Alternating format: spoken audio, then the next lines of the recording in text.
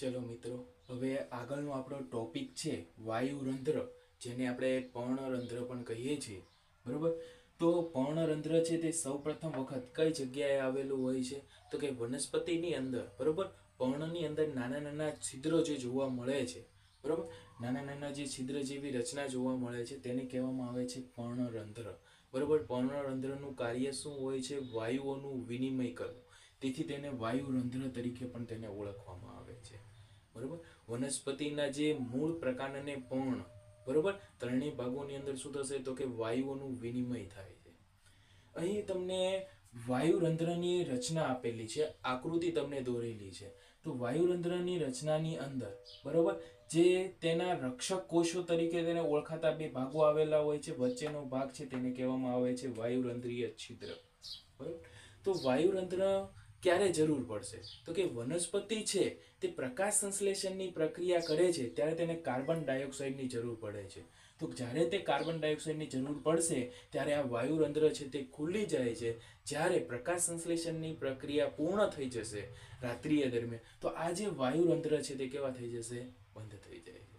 તો કે જ્યારે પણ તેને કાર્બન ડાયોક્સાઇડની જરૂર પડે છે ત્યારે વાયુરંધ્ર ખુલી જાય છે. બાકીના સમયની અંદર વાયુરંધ્ર કેવો થઈ જશે? બંધ થઈ જાય છે.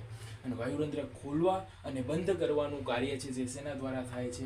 રક્ષક કોષો દ્વારા થાય છે.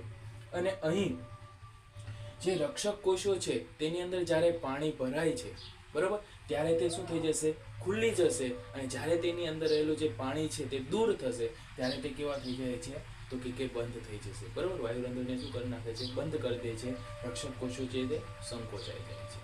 એટલા માટે આ ખુલવા અને બંધ થવાની પ્રક્રિયા થાય છે. પછી આગળનો એક ટોપિક તમને આપેલો છે કે સ્થળજ જે વનસ્પતિ છે તે પાણી છે તે કેવી રીતે મેળવે છે? તો કે મૂળ દ્વારા મેળવે છે. બરોબર. મૂળ દ્વારા પાણીનું શું કરે છે? શોષણ કરે છે. અને તેની સાથે, બરોબર, અમુક પ્રકારના તત્વો પણ આવે છે. બરોબર. જેમ કે નાઇટ્રોજન છે, ફોસ્ફરસ છે, આયર્ન છે, મેગ્નેશિયમ છે. બરોબર. આ બધા તત્વો છે તે વનસ્પતિ માટે કેવા છે? જરૂરી છે.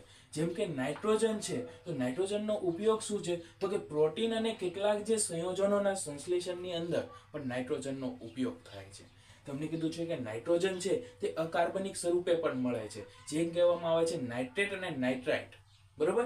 નાઇટ્રેટ અને નાઇટ્રાઇટના સ્વરૂપે પણ મળે છે. તે કાર્બનિક પદાર્થના સ્વરૂપની અંદર પણ મળી આવે છે. જેનું નિર્માણ કોણ કરશે? તો કે બેક્ટેરિયા દ્વારા વાતાવરણીય જે નાઇટ્રોજન છે તેમાંથી કરવામાં આવે છે.